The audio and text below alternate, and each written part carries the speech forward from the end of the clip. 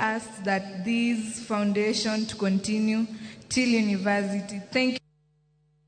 Kaka yo mar rito aluora county ma Kakamega kotudore kod riwruok mar SNV ochako chenro mar loso biogas mar tedo mong'ere kaka A2CT kagiloso e kinde yango chenro no mane okelo kanyakla jokanyo mawuok e counties ma Meru, Taita Taveta kod jotelo mathoth mawuok e migao mar aluora. Director mar riwruogna Rebecca Halama wacho ni chenro no geto miyo jodak makono puonj makare e wi rito aluora. Invite a distinguished county leader who's going to get and receive even as we continue.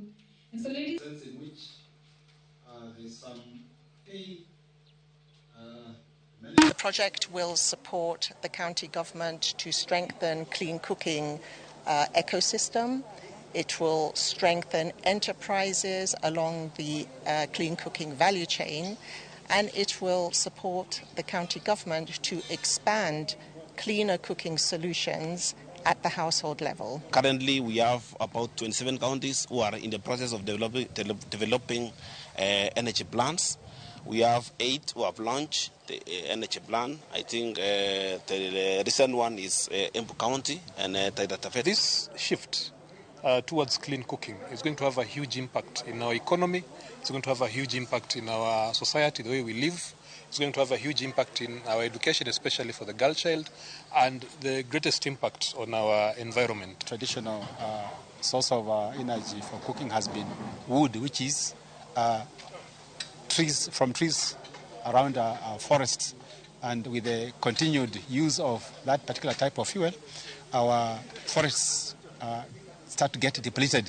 So the initiative that is being launched today, or that has been launched today, will actually help us to protect the environment over and above giving an opportunity to our people to use a cleaner and safer.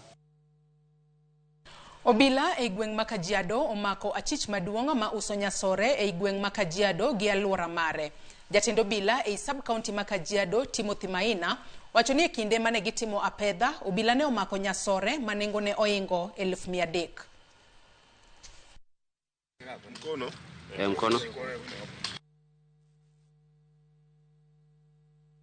So kipiga na 100 inakuja karibu 300,000. Yesterday night we had a crackdown as part of the RRI for hard drugs, and we were able to net bang street value 350,000, and it was retrieved from a house of the major peddler in town, because we are used to get the smaller peddlers, but yesterday we are able to get the supplier who supplies the hard drugs to the small buyers.